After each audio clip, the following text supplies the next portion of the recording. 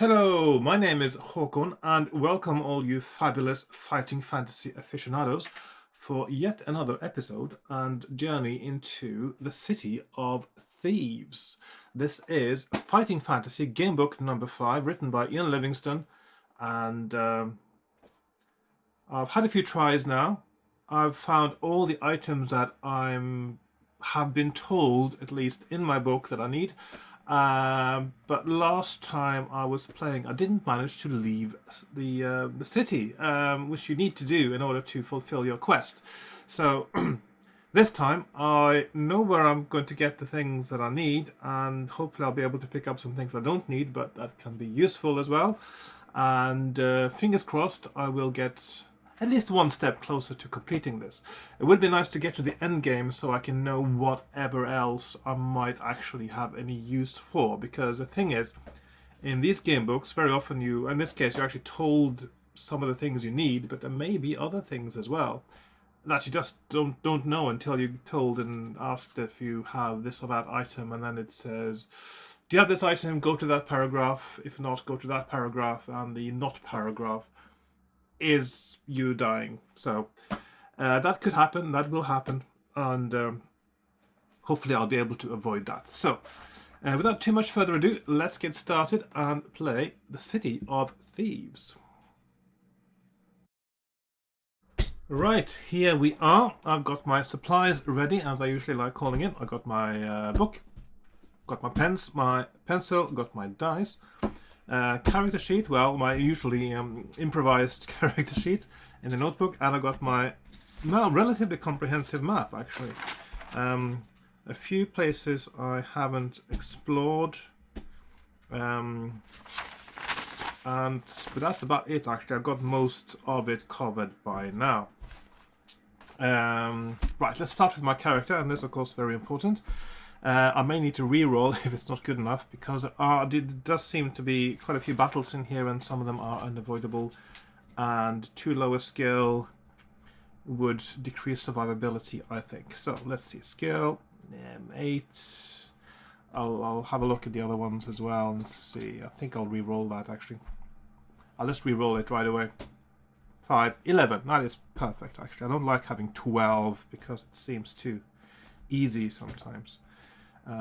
Stamina of 19 and a luck of 8. That is fine. I've got 10 provisions and a potion of stamina. Now, I will not presume perhaps I shouldn't presume that people have watched any of these before. This might just be the first one you randomly happen to come across. Although I would recommend that you watch any of sort of episode 1 of any of the game books rather than watching episode 4, is it? Is it 4 now? I lose track. Anyway. So I'm not going to explain too much how these stats work and what they are today. I'm just going to go straight into it. And I do apologize for the sound of grass being cut in the background, and also there might be birds singing. I have my window open because it's a warm day. So there will be some background noises. I think they just add to the atmosphere and charm. So, right.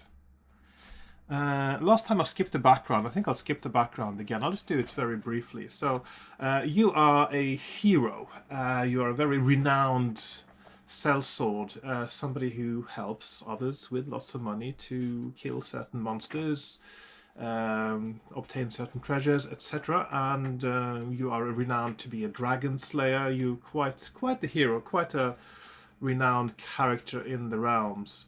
You find yourself in the town of Silverton, and it seems something is amiss. And it turns out that there's a curfew after dark because the city is being visited by some ravaging moondogs, so-called, that are trying to kill people, basically. So people bar their doors and windows at night to avoid being eaten by moondogs. Now, the reason these moondogs are there, you're told by the mayor, whom you just happened to bump into in in the pub, in the inn. And he tells you that it's because an evil creature of some sort, I don't know exactly what kind of creature he is, called Zanbar Bone, wanted the mayor's daughter. The mayor said no, and after that, the town has been terrorized by these moondogs. Of course, he doesn't want to give up his daughter, despite all the casualties to normal folk. Very selfish of him. But instead, he wants you to take care of business. And he offers you 30 gold pieces. I'll just put that down on my character sheet now. And also a sword of exquisite beauty and finesse. A broadsword that is one of the nicest ones you've ever swung in your life.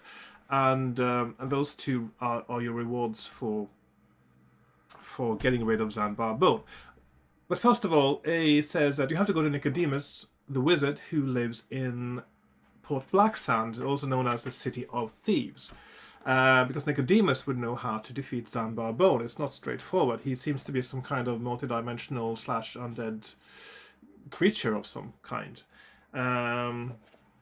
So you have to go to the City of Thieves, to Port Blacksand. Nobody he knows dares do it, because when he heard that a hero of your kind of standing arrived in town, he thought you might just be the right man for the job. And you are, obviously, because you say yes and you go off to Port Blacksand, where everyone seems to be out to kill you or get your money.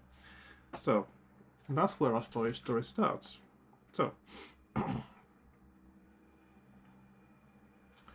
right.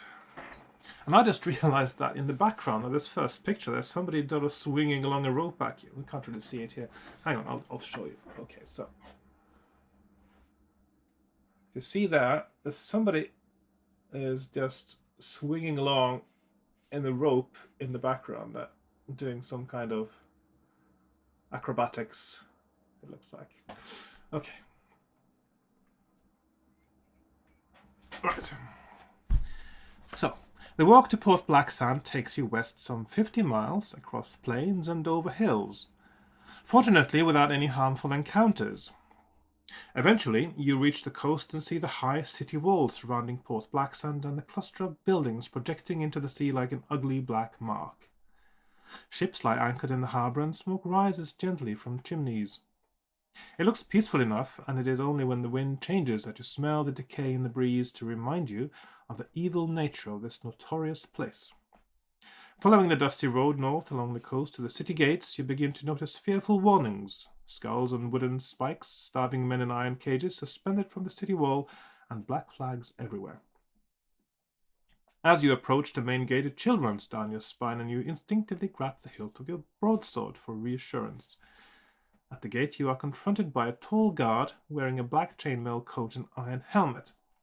He steps forward, barring the way with his pike, saying, "Who would enter Port Blacksand uninvited? State the nature of your business or go back the way you came." Although, certainly this is the kind of city people get to uninvited all the time, surely.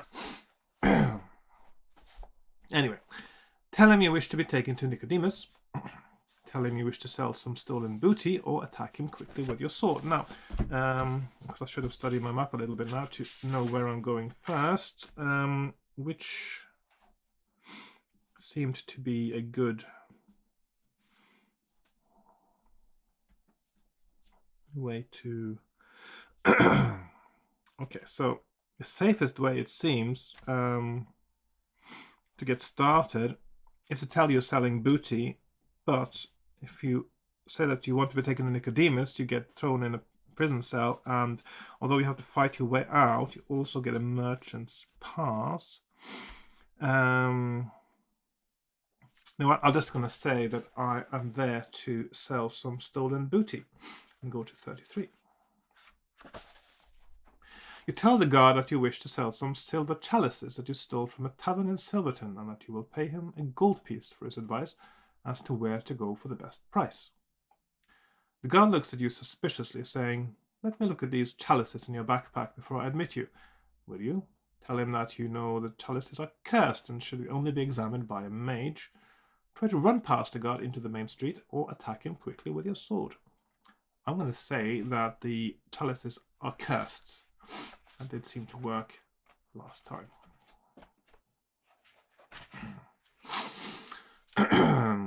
The guard frowns and says, "A likely story, I'm sure, but I suppose you are just the same as all the rest inside this city. You may enter at your own peril or buy my advice for 3 gold pieces. If you wish to head straight into the city, turn to 74. And I will not buy his advice. I'm not sure what it is anyway. Through the main gates you see that the rubbish-filled streets of the port are narrow and cobbled. Old and decrepit buildings line them closely, with their upper stories overhanging menacingly. You may go west down Key Street, head north along Market Street, or go east down Clock Street. Now, I've been through all these 3 now, and I'm still haven't decided which one is the best one to go. Although I'm thinking that maybe the one I took last time might actually be okay. So I'll go with yeah, I'm going east down Clock Street, and I go to paragraph 17. Walking along the narrow street, you see a man wearing tattered rags sitting in the gutter. His head rests on his hands, and he looks thoroughly miserable. If you wish to stop to talk to him, turn to 331. If you'd rather continue walking east, turn to 161. Now, did he not have some... Oh yes, he did have some nice things. I'm going to talk to him.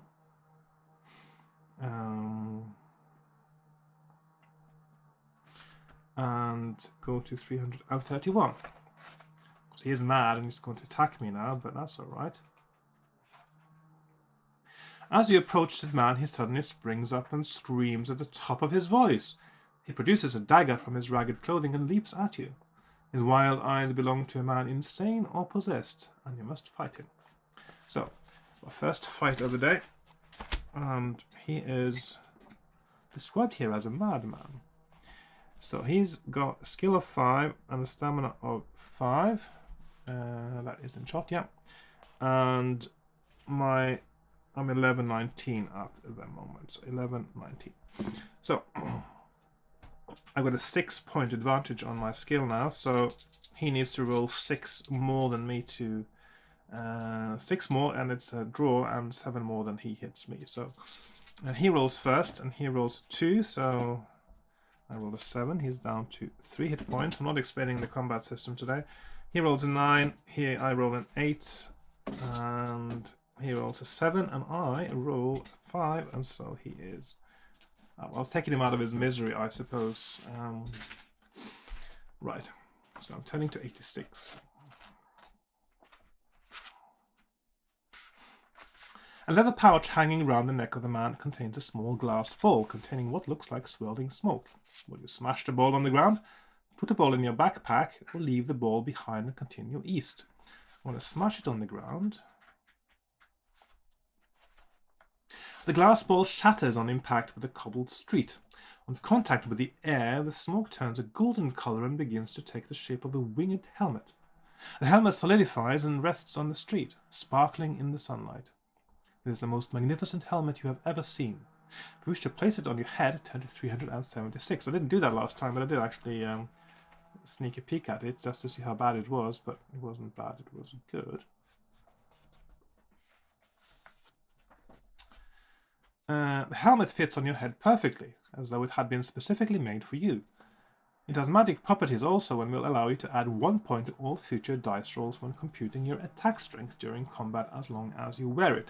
And of course this is one of the inconsistencies of the Fighting Fantasy game books, is sometimes they tell you to add points to attack rolls and sometimes they tell you to add skill when you find pieces of armor. It should always be to add points to attack rolls. So now I've got skill. So the helmet +1 I put down here. So helmet. So +1. So I got an effective skill of 12 for the purposes of combat rolls. Add 1 luck point. Well, I can't do that because I haven't lost any. So set up east again and turn to 161. The street makes a sudden left turn and continues north as far as you can see. However, you notice that round the corner the houses are much bigger, with doorways some 4 meters high. On the left side of the street, you see that the door to one of the houses is open. If you wish to enter the house, turn to 245. If you wish to keep going, turn to 282. Now, let's see.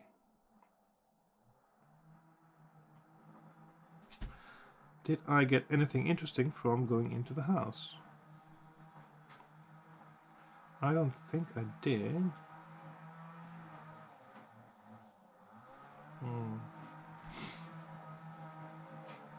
I can't see anything there. Maybe I'll just keep going.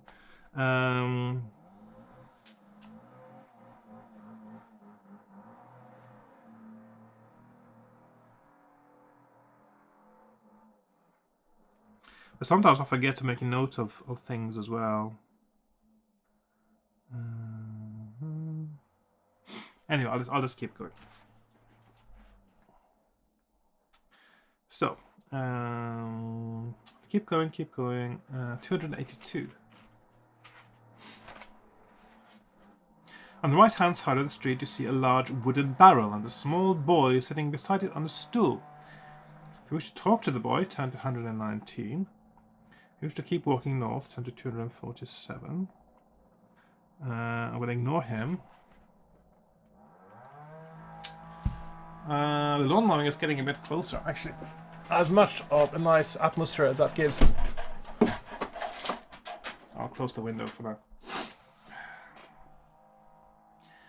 247, yes. The street makes a sharp turn to the left and continues west for some distance.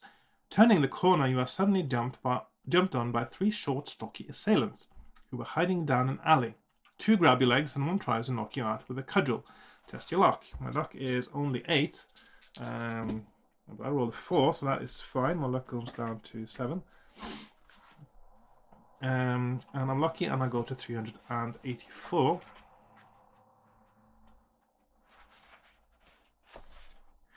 As the cudgel swings through the air above your head, you punch the dwarf holding it.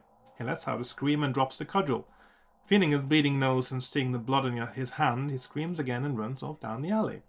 The other 2 dwarfs holding your legs realize that you are not an easy victim and run off after their fellow robber. If you wish to chase them down the alley, I did that last time, not a good idea, turn to 221. If you wish to set off west again, turn to 396. So no running after them because they steal all your gold. On the left side of the street is a flower shop. The window is filled with exotic and colorful flowers. If you wish to enter the shop, turn to 145. Yes, I'll enter the shop, actually. I don't think I have to pay anything to get something here. Inside the shop, an old woman is busily watering the flowers and plants. She looks up and smiles, saying, "Good afternoon, my name is Mrs. Pipe. Can I interest you in one of my special flowers?" If you wish to see what she has to offer, turn to 293. I will see what she has to offer. She explains that she has just picked one of her golden flowers. There are 10 golden petals on the flower, and you are told that if dipped in dog's blood, each petal plucked and thrown on the ground will change into a gold piece. Mrs. Pipe asks for any magic item, piece of armor, or food in exchange for the golden flower. Okay, so that wasn't for free, was it? Would I give her 2 provisions to get 10 gold? Well, I never seem to be able to use all my provisions anyway. Although sometimes there are options for you to lose provisions. It is in Forest of Doom. There were a few places you could actually lose all your provisions. And do I actually need the gold? When I get to the point where... I suppose it's... Okay, I'll do that. I'll give her 2 provisions because I just want to be on the safe side. So I'm getting the so Mrs. Pipe's flower.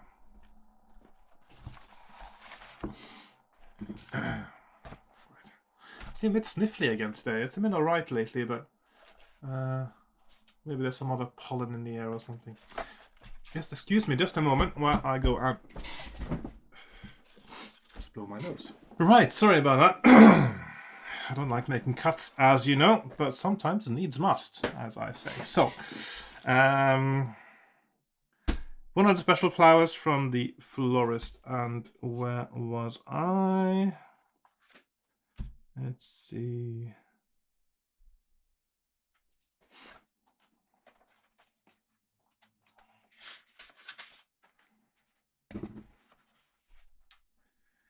Yes, leave the shop and head west. Okay, so I got the golden flower. Right. There's another shop on the left side of the street. An iron grill over the window prevents you seeing what kind of shop it is. You try the handle on the door and it turns. If you would enter the shop, turn to 336. If you wish to continue west without looking into the shop, turn to 196. This is where they sell the gold or the jewels. Let's see.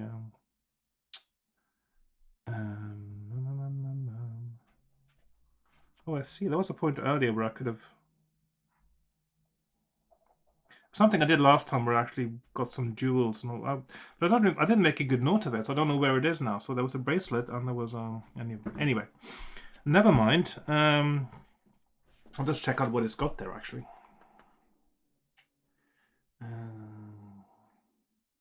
So enter the shop, turn to 336. Once inside the shop, you realize why the windows are barred. It's a jeweler's shop. Standing behind the glass counter is a huge bald-headed man with an eye patch covering his left eye. He gives you a welcoming smile, but the sight of his ugly mouth with its few black-stained teeth does not inspire confidence. A large battle axe hangs conveniently behind the man to deter any would-be robbers. On display are several ornate rings inset with diamonds, emeralds, and rubies. The man asks whether you are buying or selling. Would you ask the price of the rings, offer to sell him gems if you have any, or attack him with your sword? So I'm going to ask about the rings just to see what they are. The man leans on the counter and tells you that a ring of invisibility costs 10 gold pieces, a ring of fire costs 8 gold pieces, and a ring of ice costs 7 gold pieces. Now, I know that I've been asked whether I had a ring of fire at one point in this game, but not the other one, so I'm presuming this is something that may be useful later.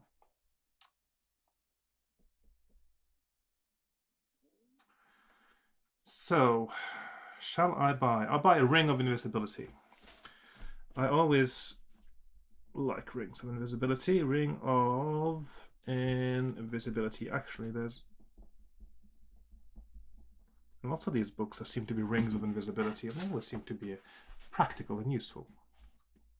At least in avoiding one sort of key difficult battle. 196. Excuse me.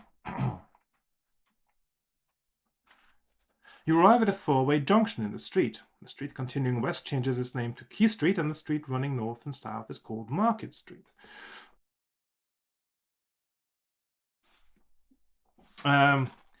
Looking north, you see a crowd of people walking up the street, cheering loudly and waving their arms in the air. You decide to follow them. Turn to 148. As you catch up with the chanting crowd, you see that they are carrying eggs and rotten tomatoes. Soon the street opens out into a large market square. All around the edge are stalls with vendors, hawkers, musicians, and entertainers carrying on their business. In the middle of the square is an elevated pillory. Above the noise of the crowd, a trumpet sounds, and the crowd starts to pelt the man in the pillory with rotten food. An old woman standing next to you offers you 2 eggs to throw. Not wishing to appear to be an outsider, you take the eggs and hurl them. But as you do so, the old woman picks your pocket without you noticing. Lose 1 gold piece or any one item you may have. So I'm going to lose 1 gold piece, so we're down to 19 now. Unaware of your loss, you walk away from the crowd to look at the various stalls. 287.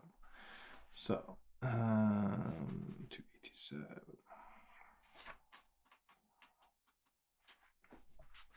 The food stalls are selling fruit, vegetables, meat and hot soup, corn and chestnuts for hungry shoppers. You may eat some hot food if you wish. Pay 1 gold piece and increase your stamina by 2 points. Not needed. Walking north along the west side of the square, you see a man dressed in purple velvet playing a lyre. If you wish to stop and listen, turn to 3. So this was the guy who gave me plus luck for 3 gold pieces. But my luck is 7, so... But am I using luck before I gain luck? I'm not so sure, actually. Yeah, once, but I'm not sure it's actually worth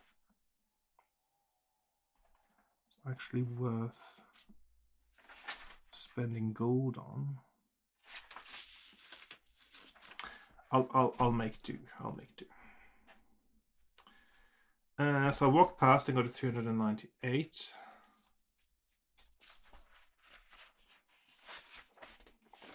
A small circle of people is standing around a bare-chested man. He is enormous and his muscles look as hard as iron. He's asking the crowd for a volunteer to play catch with a cannonball. He states that whoever drops the cannonball must pay the other 5 gold pieces. I wish to take him on as his game, turn to 378. We'd rather walk on, turn to 52. Now, of course, I've done this the last few times, and I've always lost, and the chances of winning are 50-50, so as a very good reason one should be able to do this. Maybe as a tradition, I should try to do it again. So, I'll just try again, because I want to beat him one time. I haven't beaten him yet, so... Roll 1 die alternately for yourself and for the bare-chested man, to represent the cannonball passing between you. Repeat this process until a 1 is thrown. So basically I roll for him or for me first, and then I roll for the other one, and when a 1 comes up, whoever had the ball dropped it. So first for myself, and then for him, for myself, for the guy, for me, for the bare-chested man, for myself, and for him, and blue die now, for myself, for him, for myself. This could take a while. For him, yes. I won this time. Yes, I knew I was going to win this time. I had a good feeling about it. So I win 5 gold pieces. Thank you very much. After finishing the game, you walk on a bit further, turn to 52. So go here. Behind the next stall is a young man selling small weapons and items of equipment. The prices of his wares are chalked up on a slate.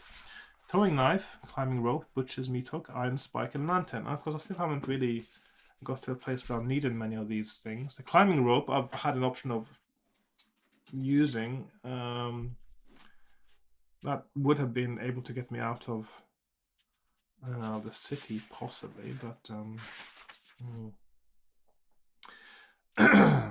So I'm not sure which of these actually still is sort of the essential items, the things that I really should have. I'm gonna buy a lantern and a throwing knife. Throwing knives do often crop up in fighting fantasy game books as useful items. So that's 7 gold, so I've got 17 left. So yeah, it might be worth it. So then I go north, 200. In the next store area, there is a small brightly colored tent. Attached to it is a small sign which reads, Madame Star Clairvoyant. If you wish to enter the tent, no I don't. And I'm going to continue north, 117. At the end of the market, a street named Bridge Street runs north out of the square. You decide to walk down it in the hope of finding the elusive Nicodemus. It starts to rain. How can you call him elusive? I haven't really started looking yet, have I? I haven't asked anyone or anything. It starts to rain and the tumble-down houses huddled together on either side of the street look as if they need shelter themselves. Most have their windows boarded up and are empty. The door to one flaps noisily in the wind. If you wish to take refuge in the derelict house until the rain stops, turn to 188. If you would rather press on ahead, turn to 31. I'm pressing on ahead. Ahead you see a wooden bridge stretching over a dirty river. Various bits of rubbish are floating down to the sea on its black surface, and you squirm at the sight of a human hand passing by. The bridge supports and columns reach high above, and you see skulls, both human and non-human, tied to them. The wind makes an eerie noise as it whistles through the bridge structures, reminding you of tortured souls crying out for help. Almost hidden from view is a small flight of steps going down underneath the bridge, from where you are standing. A one-legged man carrying a sack is crossing the bridge from the northern bank. If you wish to climb down the steps, turn to 329. If you wish to wait to talk to the man, I'm just going to walk down the stairs, because that's what he tells me to do. The smell by the water's edge is terrible. Above you hear the sound of footsteps crossing the wooden bridge. Built into the foundations of the bridge is a wooden hut. Drawn curtains obstruct your view into the hut, but you know you are not welcome when you read the words "Keep Out" painted on the door in large red letters. You draw in a deep breath and knock on the door. You hear muttering and the shuffling of feet, and suddenly the door is thrown open. Before you stands a white-haired old man with a long beard, wearing long white robes. He looks at you sternly and says, "Explain yourself to Nicodemus." You are elated at finding Nicodemus and tell him about Zanbar Bone's reign of terror in the town of Silverton, and why Owen Caroliff, that's the mayor, asks you to find his old friend to help them. Nicodemus frowns and walks back inside his hut, telling you to follow him. He sits down in a rocking chair and starts to speak in a calm voice. "I am old and tired and wish for no more adventure. I live here under Singing Bridge in Port Blacksand, to escape the pleas for aid from people fallen on hard times. Hence no one bothers me. But I do wish to help my old friend Owen. I will tell you how to defeat the Night Prince, Zanbar Bone. Listen carefully. Remember, you may defeat him only after sunset. In daylight hours he exists on another plane. No doubt he will have his servants to protect him, but should you get past him, you will need something special to deal with Bone himself. To protect yourself from his entrancing stare, you must have a white unicorn and a yellow sun tattooed on your forehead. Normal weapons will not harm him. First, you must shoot him through the heart with a silver arrow. This will paralyze him but not kill him. Then you must quickly rub the ground compound of black pearl, hag's hair, and the lotus flower in his open eyes. With luck, he will decay before you in seconds. If your arrow misses, I'm afraid you will die the moment he touches you. The items for the compound can all be found in Port Blacksand if you search hard enough. I regret I cannot accompany you.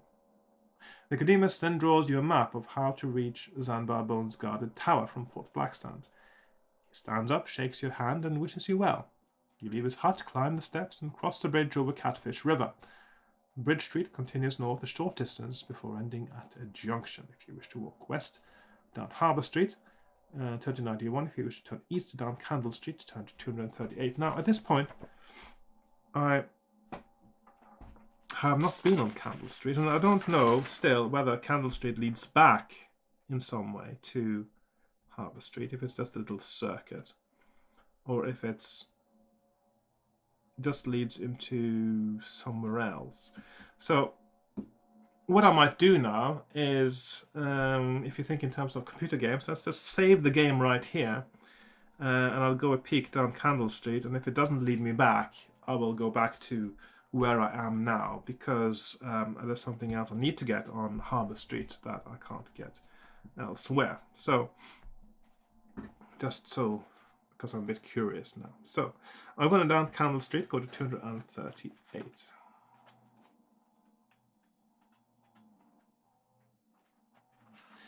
On the right side of the street, you see a small alleyway between two houses. The alley soon ends at a doorway with 6 skulls painted on it, 1 black and 5 white. If you wish to walk down the alley and open the door, turn to 27. If you'd rather continue east, turn to 139. So we've got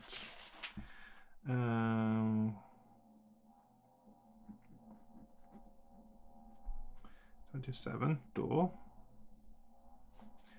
or 139 east. Okay, I'm going to check out that door. I think I know what that is because somebody mentioned this in a comment. You enter a small candlelit room with no windows. It is empty apart from a table and 2 chairs. A man wearing black robes and a skull cap is standing in the corner. That's this guy here. He smiles and asks you to sit down at the table. He sits opposite you, and after placing 6 white pills on top of 6 skulls on the table, looks up to you and says, "One of the pills before you is deadly poisonous. The others are harmless. Swallow one of your choice. If you live, I will give you 20 gold pieces. If you die, I'll keep all your possessions." Well, I suppose, obviously. If you wish to play his deadly game, turn to 223. If you'd rather leave this room and walk back up the alley to Candle Street, turn to 165. So we've got 165. Return. 223. Play. I'll play the game. Russian roulette. Why not? Okay, 223. Sweat breaks out on your forehead. If you choose a pill and swallow it. Roll 1 die. If you roll any number between 2 and 6, you have chosen a harmless pill. 2, yeah. The man reaches into a pouch on his cord belt and hands you 20 gold pieces. So that's 2 to 6 and 20 gold pieces. A roll of 1 means you die quickly from the poison pill and your adventure ends here. So that is fine. So I've now got 37 gold pieces. And I go to 165.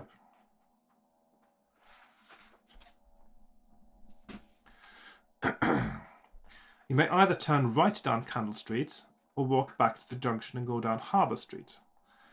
Okay, so I can either go to 139 or I can go back to 91. Okay, I will go back to Harbour Street now because I don't want to challenge my luck too much.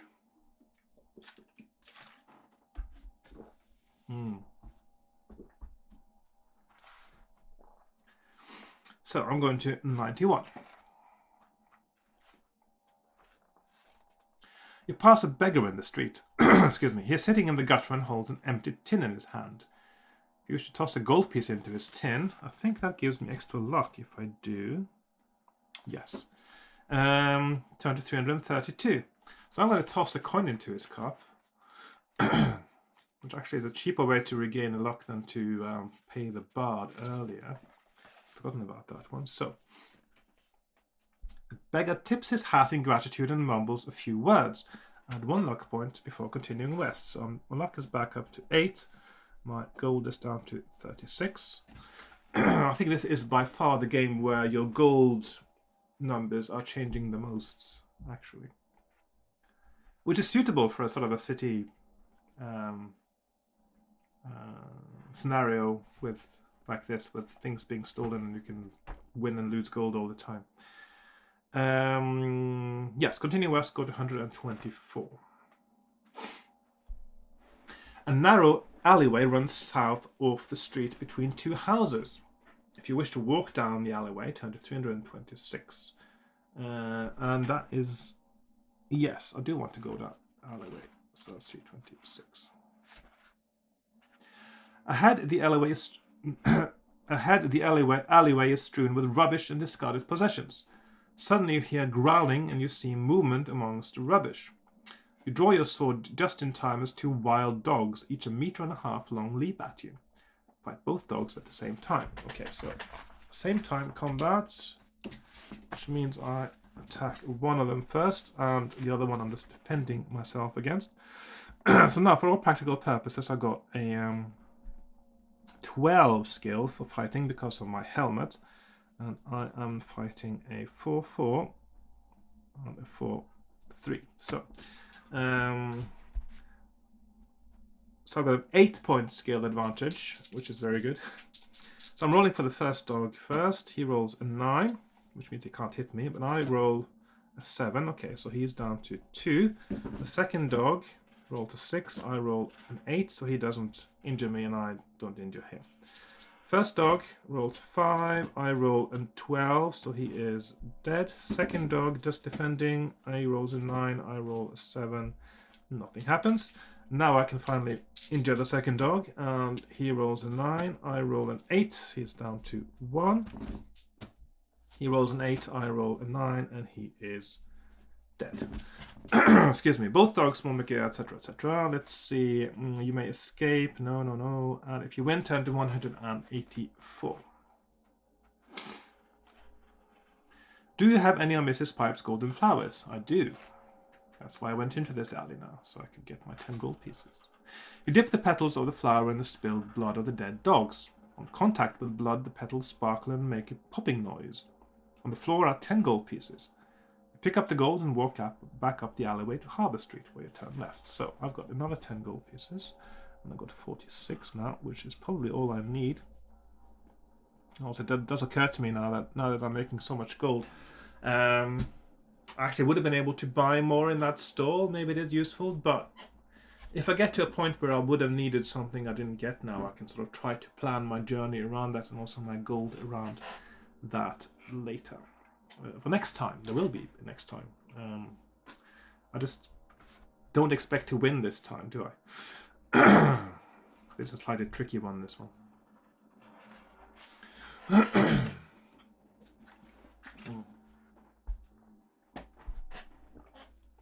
Ahead you hear the noisy clatter of galloping hooves on the cobblestones. You hear the noise of wooden wheels and an urging voice, followed by the crack of a whip. Someone is rapidly approaching in a horse-drawn carriage. If you wish to see who it is, turn to 344. I did this the first time. It doesn't seem like there's any way I can interact with whoever is passing. I just have to get out of the way, so I'll just hide. The carriage thunders by and you see its driver urging on the four horses as though his life depended on it. As the noise of the carriage fades into the distance, you step out onto the street and continue west. 171. The street gradually starts to run downhill. The houses end at a tavern called the Black Lobster and the street opens out onto a quayside. A stone jetty runs out to sea and tied to it is an old galleon. It is flying the Skull and Crossbones and is probably one of the many pirate ships that anchor in Port Blacksand to offload their booty. Harbour Street turns right at the jetty and runs north parallel to the shore as far as you can see. If you wish to walk down the jetty to climb on board the ship, turn to 399, and I will do that. I'll follow Harbour Street later. A rope ladder hangs down from the stern of the ship to the jetty. There is also a gangplank leading up to the side of the ship. If you wish to board the ship by climbing the rope ladder, turn to 87. If you wish to walk straight up the gangplank, turn to 294. So I'm going to go straight up, 294. At the top of the gangplank stands one of the ship's crew. On seeing you, he draws his cutlass and tells you to get off the ship. If you wish to walk back down the gangplank along the jetty and turn left up Harbour Street, turn to 78. If you wish to draw your sword to deal with this pirate, turn to 386. So I'm going to 386. The pirate seems pleased that you wish to fight him and grins, revealing a toothless mouth which unnerves you a little. If you win, turn to 20. So it's got a skill of 7 and a stamina of 5. So I've got a 5-point advantage on my skill. So he rolls 10, I roll 4, which means he actually hits me. He rolls a 4, I rolled a 9, he's down to 3. He rolls a 6, I roll a 5, he's down to 1. He rolls an 11, and I roll a 9, so he is dead. So I win and I go to 20. The pirate's pockets contain nothing apart from a piece of stale bread. So, stale bread.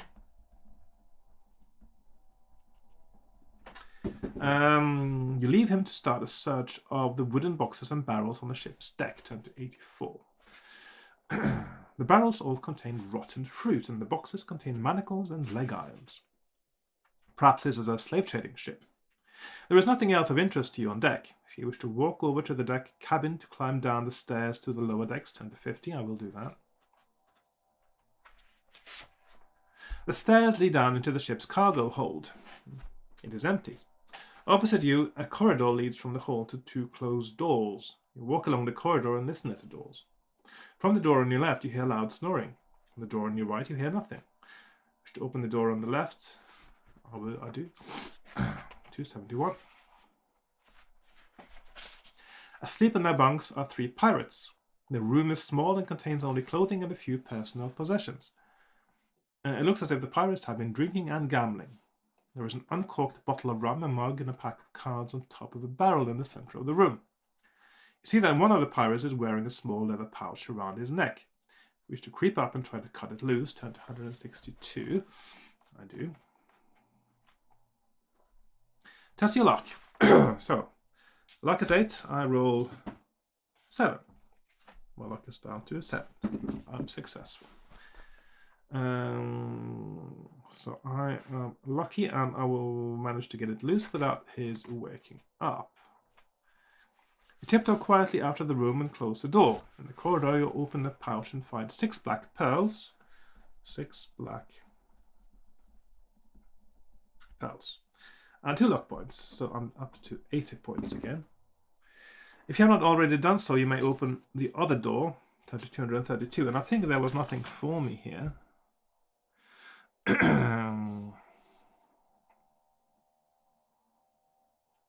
Yeah, no, I don't. Looks like I've done all the options I can. There are nothing interesting. Oh, actually, there is an additional option there. Let's try. There may be one thing I haven't done there, so. Well, that's just closing the door. Close the door. Oh no, I looked at the wrong arrow there. Okay, so I'll just go back then in that case and move to 78. It's just trying to give me a clue of where to get the silver arrow. Seems to be the only purpose of the other room there, and I know where to get it, so.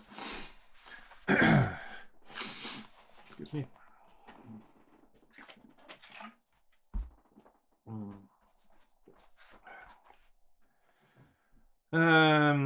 Right, the street runs north along the quayside for a few hundred meters before arriving at a junction. If you wish to continue north up Harbour Street, turn to 256. Wish to walk east along Clog Street, turn to 216. Now this is another place where I haven't been. I haven't been up and down Harbour Street here and had a look at what's there. So maybe again I'll do a what I now call a save game. So I'm saving my game here at this paragraph and just having a quick peek up Harbour Street just to see if there's anything there, because I believe maybe we'll get the option of turning back, because I don't see any other way where you can come back into this bit over here. So just have a little quick look. 256. The houses on the right-hand side of the street are small and weather-beaten. All the women are sit outside on the front steps cleaning fish and mending fishing nets. They are large and jolly, talking to each other and frequently rolling about, bellowing with laughter. The fishermen do not appear to be at home. The street and the quayside come to an end at the great iron anchor. You turn around and walk back towards the junction. If you wish to stop to talk with the women, turn to 320. If you wish to ignore them and walk straight back to the junction, turn to 369. Okay, so there's not much going on here, it looks like, but let's see, it's at 256. And so I've got 320 talk, or 369. Return. Okay, so I'll talk to them, see if they got anything interesting. Sorry. The jolly fishwives' plump cheeks are as round and shiny as red apples. You ask if they own any of the items you need, but they all frown and shake their heads together.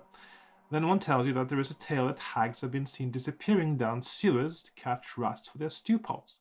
However, she has never seen Hag herself. Okay, so there's just another hint then. You decide to leave the ladies, you then walk back to the junction and turn left into Clog Street. So, okay, so that's nothing exciting going on there. Okay, so that's just another little hint there. Right, so Clog Street is very narrow and lined with terraced cottages and the occasional shop. To your left, you see what looks like a small boy lying face down on the cobblestones, groaning loudly. A hood is pulled over his head and you cannot see his face. A wooden hoop and stick lie by his side. If you wish to stop help, turn to 72. Now, of course, he is... Noisy. Okay. He's a goblin and is trying to trick you into helping him so he can attack you and get your gold. So I'm just going to walk on. I don't think he had anything to steal either, or if I killed him, so... One of the shops to your left is a candle maker's. There are many different coloured candles burning brightly in the window. If you wish to enter the shop, turn to 241. Inside the shop you see a tall, thin man with pointed ears and fair hair, pouring hot wax from an iron pan into a mould. The candle maker is an elf. As he turns to you to speak, you notice his slanted eyes, which are ice blue. For some reason they appear very cold to you. Well, ice blue. Might be cold. He tells you that all his coloured candles cost 1 gold piece each. You may buy as many as you wish. Now, should I just buy a candle or two? I still don't know whether I need it, but at the moment I'm actually got a bit of gold, so I could sort of... I buy one candle. One candle.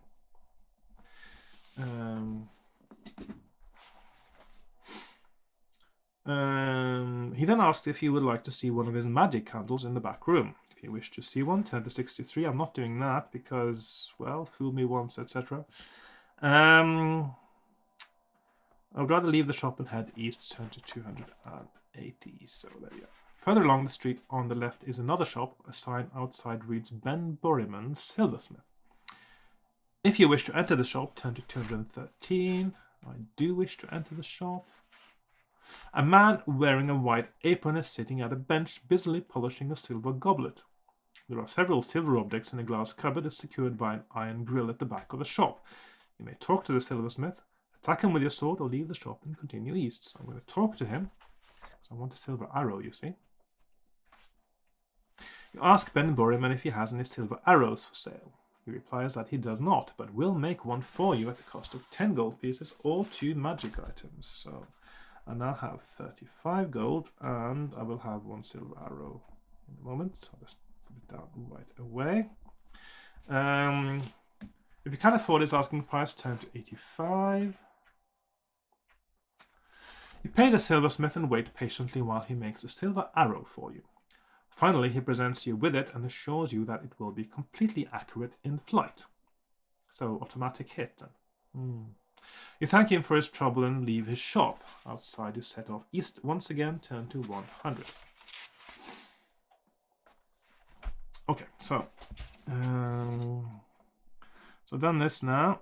Okay, 100. Okay, that's good.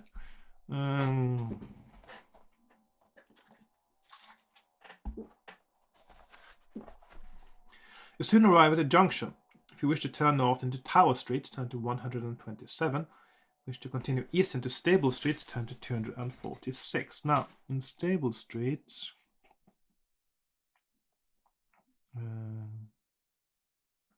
was there anything really interesting? Not really.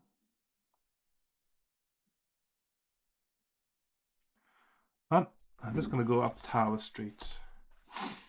127. Just ahead of you, 3 men are involved in a fight. The 2 younger men appear to be attacking an older man with iron bars. You wish to help the old man, turn to 177.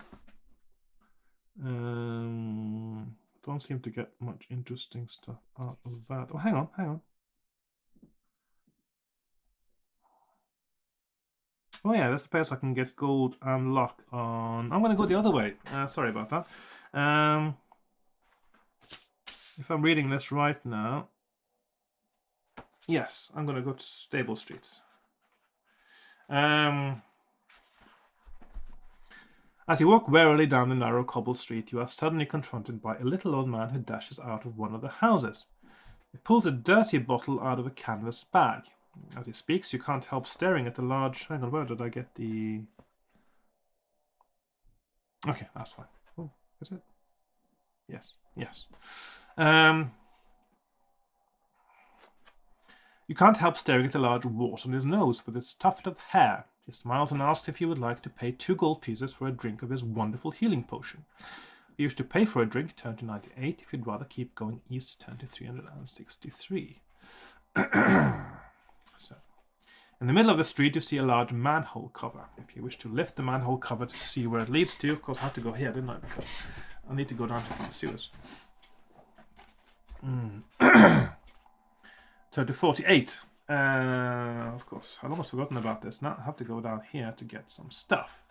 There is an iron ladder secured to the rim of a hole, descending into a tunnel below. It is dark and a very unpleasant smell rises up from below. If you wish to climb down the ladder, turn to 321. Yes, I will. Now there is another thing down here, of course. There's a mirror as well I can pick up, but I have to fight a centipede. That is quite tricky. Might try it though. At the bottom of the ladder, you realize, much to your disgust, that you are standing in a sewer. There are torches along the tunnel wall, giving a very dim light, and droplets of water make eerie sounds as they fall into the sewage water. If you wish to walk north along the tunnel, turn to 356. If you wish to walk south, turn to 118. So I'm going to go north first of all. I can do the other direction afterwards. Ahead you hear the sound of squealing and frantic splashing. Long shadows are cast by moving objects coming towards you. And then you see the sleek, glistening shapes of 3 giant rats only a few meters away from you. You draw your sword hastily and fight each of the rats in turn. So, we've got 4-4, 5-4, and 5-5. So, I've got an 8-point skill advantage on the first one. He rolls a 12. I roll a 10, so he's down to 2. He rolls a 6, I roll a 5, so he's dead. Second one, 7-point skill advantage. He's rolls a 5, I roll an 8, he's down to 2. He rolls a 6, I roll a 10, he is dead. 7-point skill advantage, he rolls a 12, and I roll a 9, so that's still my hits. And he rolls 7, I roll 8, he's down to 1. He rolls a 7, and I roll a 9, and he is also dead. So, if you went, turn to 28.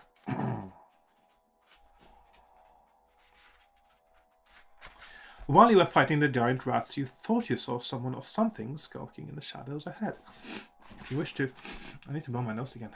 If you wish to continue further north along the tunnel, turn to 265. If you would rather turn around and walk back to the entrance hall, turn to 104. So I'm going to go to 265 next, and I'll be right back.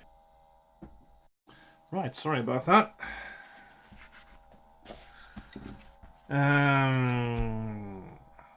Yes, so 265, I'm going further north along the tunnel. With your sword still dripping with the blood of the rats, you walk further along the tunnel. The ledge you are walking along is narrow and slippery, and you have to tread carefully so as not to fall into the slow-flowing sewage channel. The tunnel gradually bends round to the right, and as you follow it round, the silence is suddenly shattered by the sound of running feet and a wailing scream. Coming straight at you, wild-eyed, with flailing arms and contorted face, uttering demon sorcery, is a white-haired old woman dressed in rags. She is a hag. Do you possess a potion of mind control? I've actually come across that item ever. I don't think I have. If you have this item, turn to 82. If you do not, turn to 390.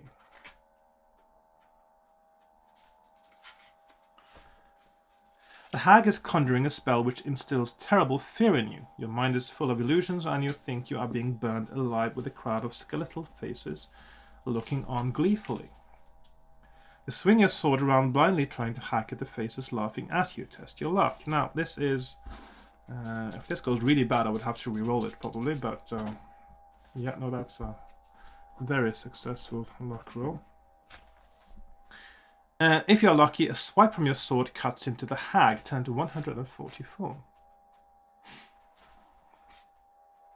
The hag screams as your sword cuts deep into her arm. Her concentration is lost and the spell is broken. Your mind clears and you are able to face her with your senses acute again. From out of her clothing, the hag pulls a dagger with a long, shimmering blade. You are eager to fight her. So, skill 7, stamina 7. And I still got my 12, 17. So I've got a 5-point advantage on my skill. So she rolls a 7, I roll a 6. She's down to 5. She rolls a 12. I roll an 8, so that is still me hitting her. She rolls a 10. I roll a 10. She's down to 1 hit point. She rolls a 9. I roll a 7, and ding dong, the witch is dead. And I go to 303. You bend over the motionless body of the dead hag and cut off a tuft of her hair. So hag's hair. You put the hair safely in your backpack and walk back down the tunnel to the entrance hole. Turn to 104. Now, this is where, now the question, should I go after the centipede as well? Back at the entrance hole, you may either climb up the ladder to the street in order to continue east, or if you have not done so already, you may walk south along the sewer. Now, It's a bit risky, and I still don't know whether I'm going to need the mirror or not.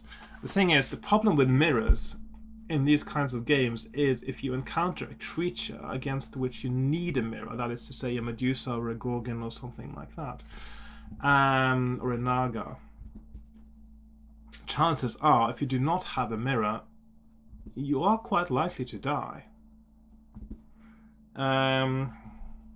So yeah, I'll take my chances. If I encounter it, I'll sort of know for next time whether I definitely need to get the mirror or not. I will be able to beat the centipede though. I'll just go and do it. I'll just go and get the mirror. So I'm heading south now. So that's 100 and where are we? 118. And also next time I'll see if I can find out where that insect bracelet was so I can actually beat it more easily. You can hear some scratching sounds in the tunnel ahead. Then you see a long shadow appear on the curved brick wall. In the dim light you can just make out a large shape of something black and shiny moving towards you. The scratching becomes louder and you also hear clicking sounds. The monster is only a couple of meters ahead of you when you recognize it as a giant centipede. Do you possess an insect bracelet? If you do, turn to 2. If you do not, turn to 166. You will have to swing your sword with all your might to pierce the armor-like shell of this monster. So, giant centipede, skill 10, stamina 5. Because the skill of this beast is not so much because it's good at fighting, but because it's well armored. So, because that's how skill also works. So we've got 10, 5. And I've got 12, 17. I'm only got a 2 skill advantage now, so this is going to be a little bit tougher. He rolls first. He rolls an 8, and I roll a 7, so that is me hitting him. He rolls a 10. I roll a 7, so he hits me. He rolls 6. I roll 6, so he is down to 1 hit point. He rolls 9. I roll 7, that's a draw. Nobody injures anyone. He rolls 5. I roll 8, and he is dead. So, and I'll also take my opportunity to eat 1 provision and go back up to 19 stamina. So I'm winning, and I go to 272. There we are. You manage to squeeze yourself between the dead centipede and the roof of the tunnel.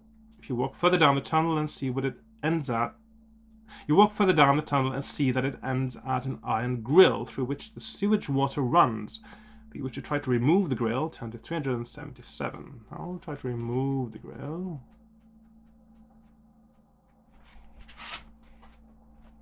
The iron grill is securely bolted to the brick wall and you're unable to remove it. However, above the grill you notice a dark recess where some bricks have been removed from the wall. It is too dark to see deep inside the recess. If you wish to put your hand into the dark hole, turn to 92. I do wish to do that. You are slowly feeling your way along the bricks when your hand comes into contact with a smooth, flat object. You pull it out and see that you are holding a mirror. So, mirror.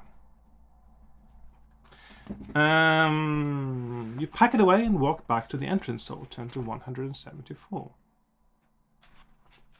Back at the entrance hole, you may either climb up the ladder to the street in order to continue east, or if you have not done so already, you may walk north. So I'm going to go up and east, so 205.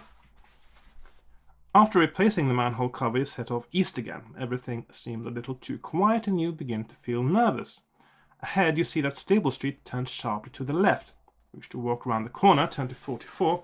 You wish to walk back to the junction and turn right into Tower Street, turn to 127. Now,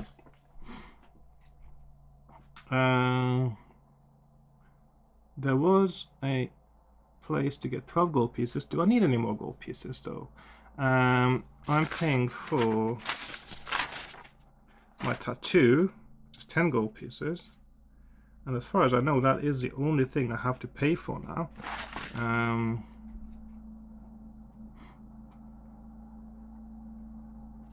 What on earth does that say? TAT.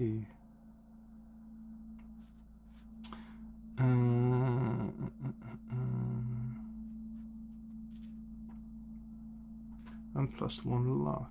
Oh, it looks like there's a place I can get... Yeah. Okay, I can't remember exactly what happens there, but I will just go up there and see what happens. I'm going to go to 44 now.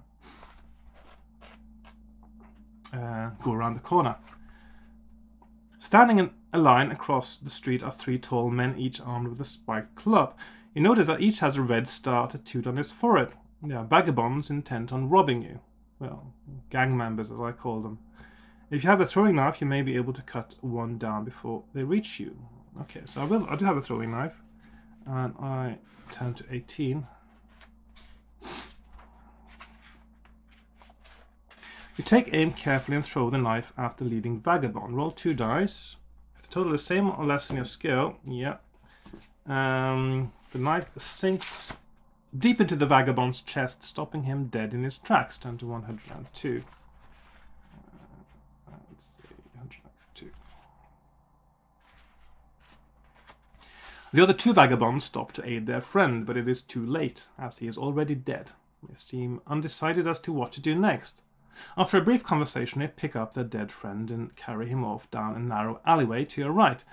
You walk quickly north before they have time to reappear with more of their gang. Turn to 372. The houses in this section of Stable Street consist of 2 rows of terraces. They are all made of sandstone, apart from one in the middle of the terrace to your right, which is made of brick and is painted white. The door is made of oak and a serpent's head is carved into it. If you wish to enter the White House, turn to 131. Wish to keep walking north, turn to 333. So this is where I got something useful. Okay, so I'm going to go 131.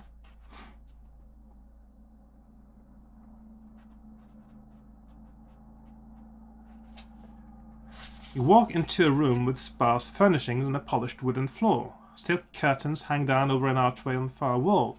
To start to walk across the wooden floor, a woman's voice calls out. Who is it? You may. Tell her you are delivering flowers. Tell her you have come to collect old rags. Or tell her you are a tax collector. I'm going to tell her I'm a tax collector because I'm then getting her tax payment. The silk curtains in front of the archway are pulled aside and a brown leather bag flies out and lands in front of you, making a dull jingling sound. If you wish to open the bag, turn to 16. I do.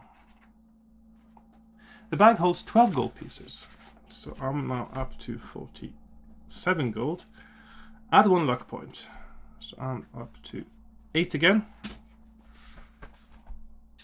You leave the house quickly before the owner discovers you are not who you say you are. You then walk further north along Stable Street, turn to 333.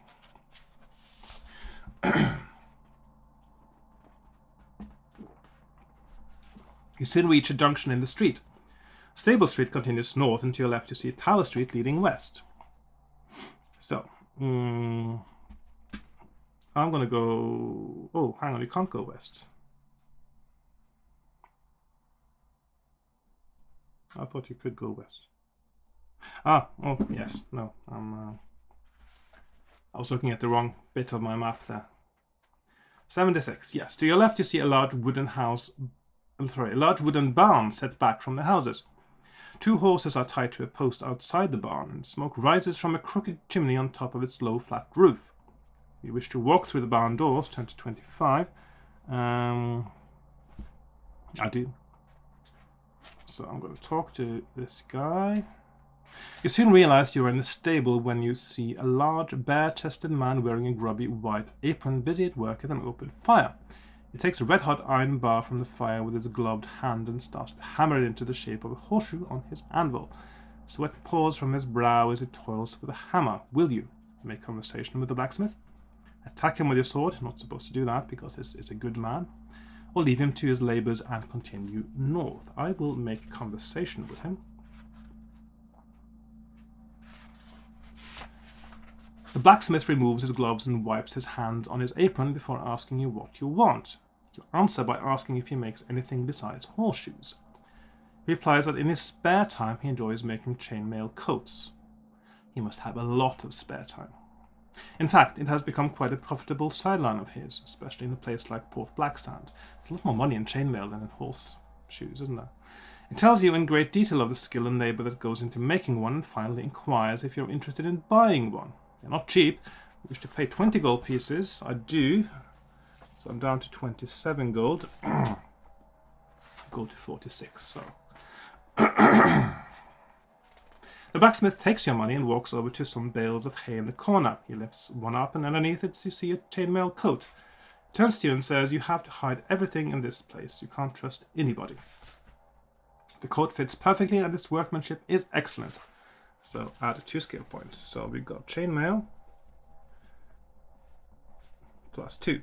So, which means that for combat purposes now we got plus 3 skill. For other things we got normal skill of 11.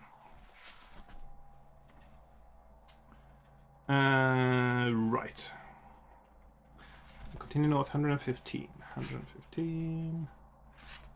Coming towards you as fast as he is able is a man in tattered rags with a ball and chain attached to his leg. He is exhausted and collapses in your arms.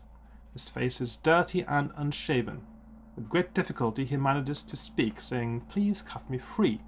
The town guards are not far behind me. I have been locked in a dungeon for 2 years, but managed to tunnel my way out.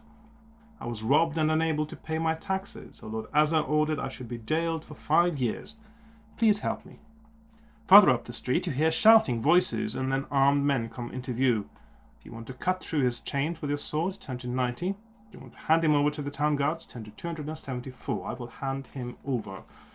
Ungrateful beggar. Well, I did try to help him before. He was not very helpful. The guards are pleased that you have caught their wanted man. They tell you that he is an escaped murderer. Chief guard hands you 5 gold pieces. 32 gold. Here's your reward, but you won't be getting another one. He won't escape again. You watch for a short while as they lead the shouting murderer away, before continuing north along Stable Street. Now, if it's a murderer, shouldn't he have been given a death sentence already? Just say. Anyway. Or perhaps murder isn't as harshly penalized as stealing a horse or something like that. On the right-hand side, the houses are separated from the street by a wooden fence with shrubs, trees, bushes, and flowers behind it. There is a turnstile in the middle of the fence, by the side of which is a sign reading Public Gardens, entry fee 1 gold piece.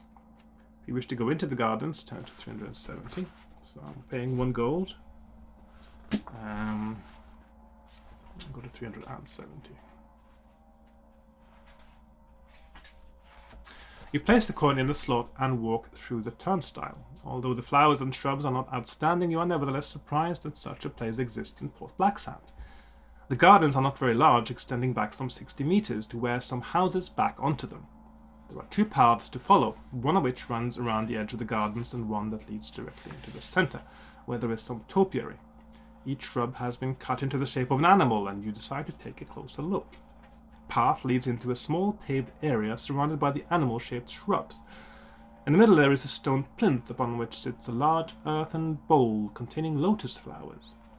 There is a painted sign which reads, "Do not pick the flowers." The gardener is nowhere to be seen, and there is nobody else about. If you wish to risk picking one of the flowers, turn to 14. I will. As soon as you pluck one of the flowers, you hear the noise of rustling leaves. 3 of the animal-shaped hedges have uprooted themselves and are closing in on you. Do you have a ring of fire? No. So, 191.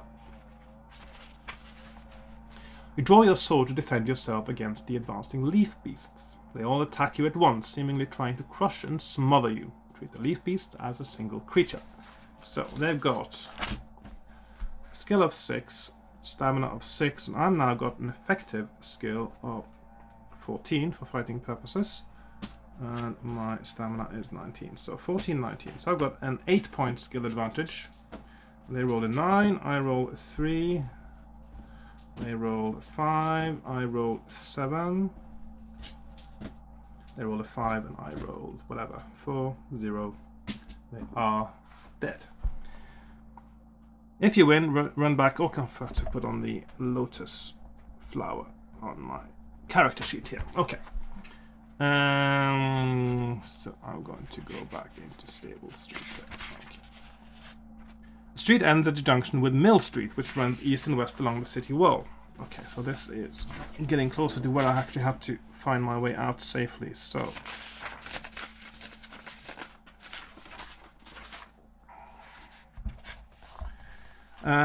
looking east, you see a group of town guards marching towards you, and you decide to walk quickly west along Mill Street.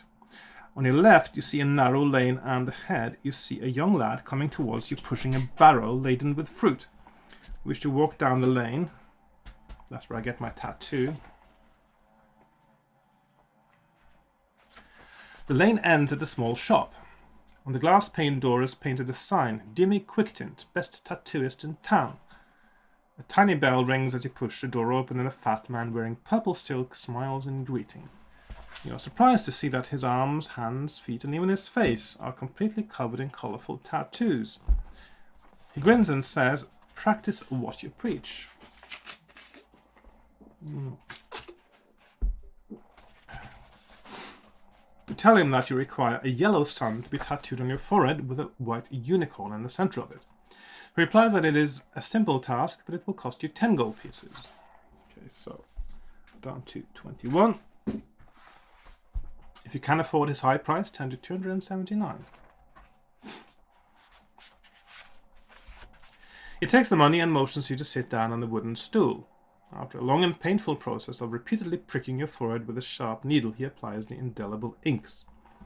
You look in a mirror on the wall and find your new appearance somewhat strange. Yeah, well, why wouldn't you? You shrug your shoulders and leave the shop. You then walk back up the lane and turn left into Mill Street. Down to 307. Walking towards you along the street are two huge guards wearing the black uniform of Lord Azza. As they get closer, you see that they are trolls, brutal mercenaries employed by Lord Azza as Imperial elite guards. To your right, there is a tree which reaches almost to the top of the city wall. If you wish to risk walking past the trolls, turn to 290. If you wish to climb the tree, turn to 11. I'm gonna walk past the trolls. You try to walk nonchalantly past the trolls, but they suspect something odd about you and call you over to them. They ask you where you live, and you reply that you are in Port Blackstone on a trading mission. The trolls laugh scornfully and ask to see your pass. If you have a merchant's pass, turn to 219. If you do not, turn to 335. I do not. So maybe it's worth it. And then let's see. The larger of the two trolls tells you that you are under arrest for being in Port Blacksand without authorization. It tells you that he is feeling generous, however, and offers you a choice. You can pay a fine of all the gold in your backpack and be thrown out of the city, or spend a year with rats and cockroaches in a dirty dungeon cell. The other troll burst out laughing, saying, "Generous? Ho ho ho! Ah, Sourbelly, you've got such a sense of humor." Now, if you wish to pay the fine and be thrown out of the city, turn to 367. If you wish to resist arrest, turn to 73. Now, of course, I could probably beat them quite easily now because I am quite a strong fighter at the moment. But will I be needing any more gold where I'm going? I don't know. I can sort of guess that I don't need any more gold. Okay, so let's see, pass, no. Okay, so we've got, I have to update my map here now, so 73, resist, or 367 minus all gold. I'm just going to pay them my gold, actually, and go to 367.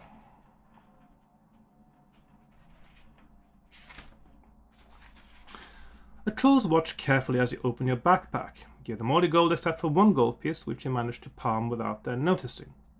They then place themselves on either side of you and march you along Mill Street. Okay, so I've got one gold left, so 1 gold. There we are. Until you reach the city's north gate at the junction with Goose Street. They tell the two guards on duty not to let you back into Port Blacksand. They give you a forceful boot up the backside and you land sprawling on the dusty road outside. Do you have all the items required to slay the Night Prince, and have you been tattooed? Okay, so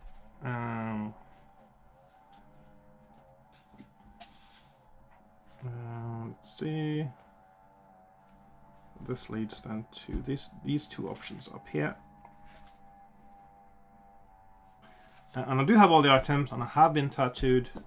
So this is the first time I'm going to 201. Let's see, so see what happens there. So, following Nicodemus's map, you start your long walk north to the guarded tower of Zanbar Bone, the Night Prince. You walk through woods and fields. You are able to relax a little in the pleasant countryside and breathe the fresh air with its wonderful scents. As the light fades, you decide to camp under a huge elm tree. You cook a meal of stewed rabbit and mushrooms before settling down to a long, deep sleep. Add 2 stamina points, which I don't need. In the morning, you look around for a yew tree and cut a long branch from it, with which you make a bow to fire the silver arrow. Yeah, I was wondering about whether I would find a bow somewhere. As you test the bow for accuracy, you are suddenly aware of a white dove sitting on the low branch nearby. There is a small piece of paper attached to its foot, which it lets you remove without flying off. There is a message on the paper which reads: Dear friend, I'm afraid I must be getting too old to be of use to anybody. I regret that I have misinformed you about the compound needed to kill Zanbar Bone. You must use only 2 of the 3 ingredients I told you, but I cannot remember which 2. I can only suggest you try hag's hair and black pearls together, or the hag's hair and lotus flower together, or the black pearls and lotus flower together. Yeah, that's very helpful, isn't it? Okay, so I'll go.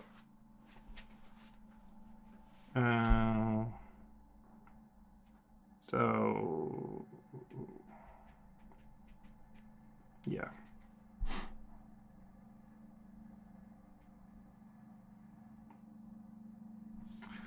Okay. So hair plus pearl, hair plus lotus, or lotus plus pearl. So that means that when I get to the point where I need to use those, I'm only got a 1 in 3 chance of getting it right. Oh joy. Okay, you throw the message on the ground and curse. You change your mind a dozen times before making a decision. Finally, you make your choice and grind the 2 ingredients together on the flat stone. You place the compound in a leather pouch, hoping you have made the correct decision. You set off again, but it is not long before your surroundings become less welcoming. The trees are twisted or stunted and there are no birds to be heard. You must be approaching the domain of the Night Prince. Suddenly to your left you hear rustling and grunting in the bushes. There is a wandering monster which has been attracted by your scent. Roll 1 die and consult the table below. 5. Ape Man. So I'm fighting an ape man. So it's got a 7, 6, and I've got a 7-point advantage on my fighting skill. He rolls a 7, I roll an 8, he's down to 4. He rolls a 7, I roll a 6, he's down to 2. He rolls a 5, I roll a 7, and he is dead. I'm going to 138. Okay.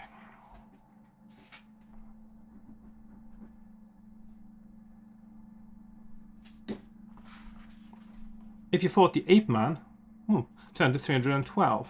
Okay, so okay. And the others 283. Okay, so ape man, question mark, yes and no. Okay, 312.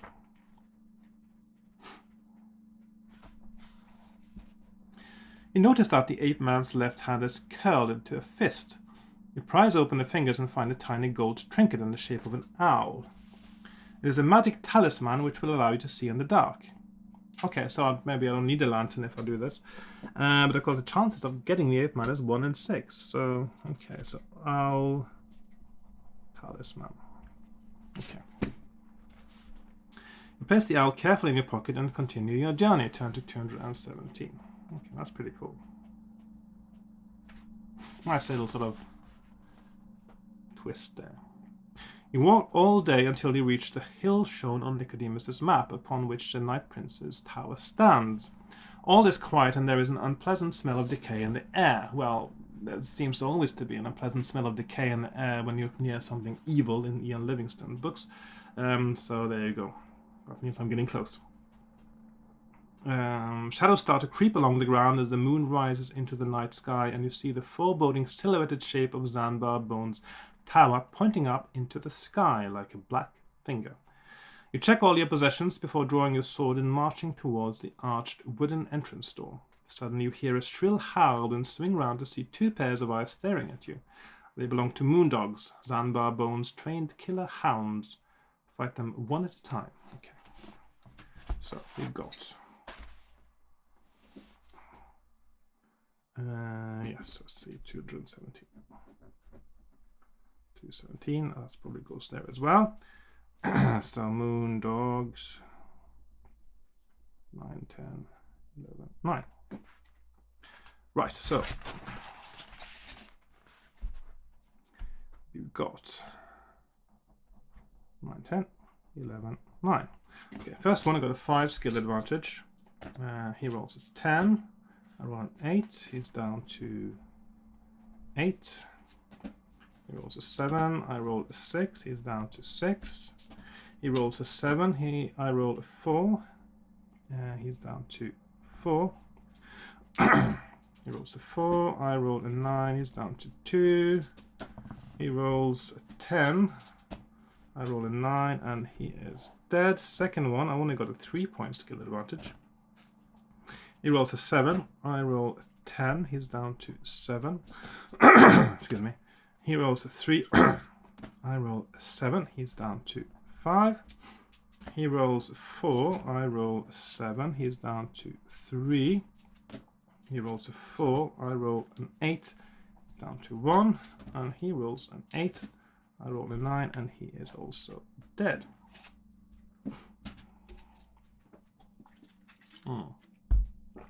And this actually tells me that the chances of winning this game are actually quite low, unless you got a high skill. So even with the extra armor, you would really get in trouble. So, I win, and I go to 259. So that's an unavoidable fight with two quite strong opponents.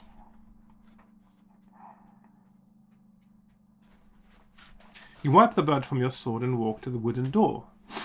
You try the handle, but it is locked. You have a skeleton key, turned to 228. Yeah, I remember that from the first playthrough. I actually found a place where you could buy those.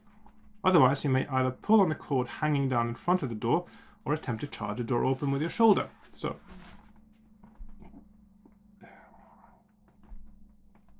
we got...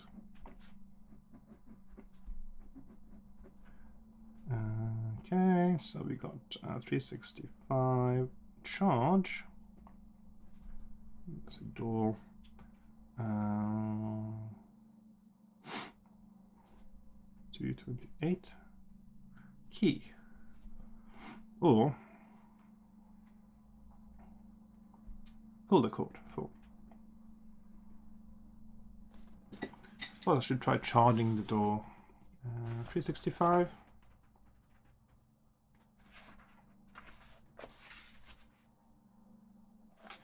You charge the door several times before it splinters. Unfortunately, you injure your shoulder in the process. Lose 1 skill point. Okay, that's not very good, is it?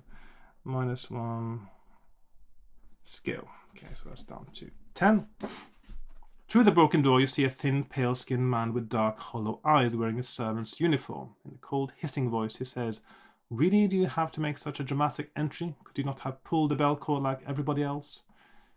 If you wish to apologize and tell him that you are a lost traveler, turn to 339. If you wish to attack him with your sword, turn to 35. Okay. Okay, so that was probably a very wrong choice there. Okay. So then you go to 339, lost traveler, 435. Attack. I'm going to tell him I'm a lost traveler, or should I attack him? I'll just attack him, actually. I don't know, he was very polite to me. I'll tell him I'm a lost traveler. So, yeah.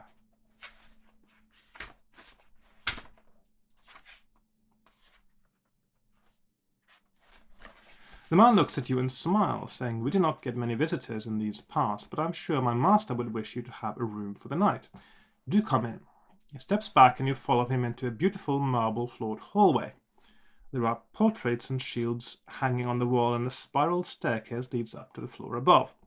He asks you to follow him up the staircase and offers to carry your backpack for you, which you allow him to do. You can see that the staircase winds its way all the way up to the top of the tower, but the man steps over the first floor and walks along the landing to a door. He opens it and walks into a large room, placing your backpack on a made-up bed. He tells you that this is your room for the night and walks out, telling you that you will meet his master at breakfast.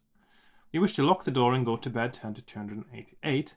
You wish to explore the tower after waiting a few minutes, turn to 77. So, I don't want to meet Zanbar Bone for breakfast because it's daylight and we can't actually do anything with him. So I'm going to go exploring, I suppose. So we got 288, sleep, or 77, explore. So I'm going to go explore.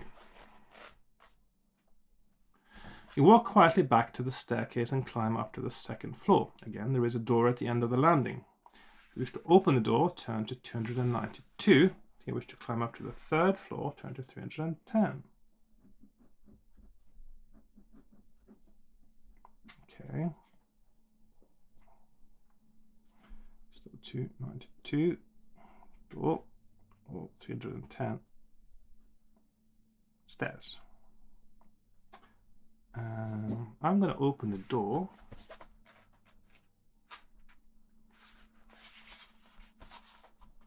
Oops. You walk into a lavishly furnished room containing objets d'art and curios. Standing before you is a young woman dressed in a black silk gown. She has long black hair and bright red lips. She smiles and motions you to sit down in one of the armchairs. You refuse to sit down, only too aware that she is one of Zanbar Bone's servants. She walks towards you open-armed as though she is about to embrace you, and when she smiles again, you see two fang-like teeth which can only belong to a vampire. Always a vampire in an Ian Livingstone book. If you have some garlic, have I seen any garlic in this game? Turn to 254. If you do not have any garlic, turn to 210. So, garlic, question mark. Let's see, yes, 254, oh no, 210, okay, let's see how this goes. I was still given the option of getting this, yeah.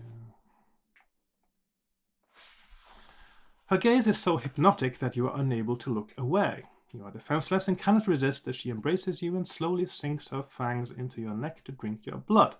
You drift into an unconscious sleep, and when you awake, you are unaware of your previous existence. You have become a vampire yourself. I suppose that's an interesting enough end, isn't it?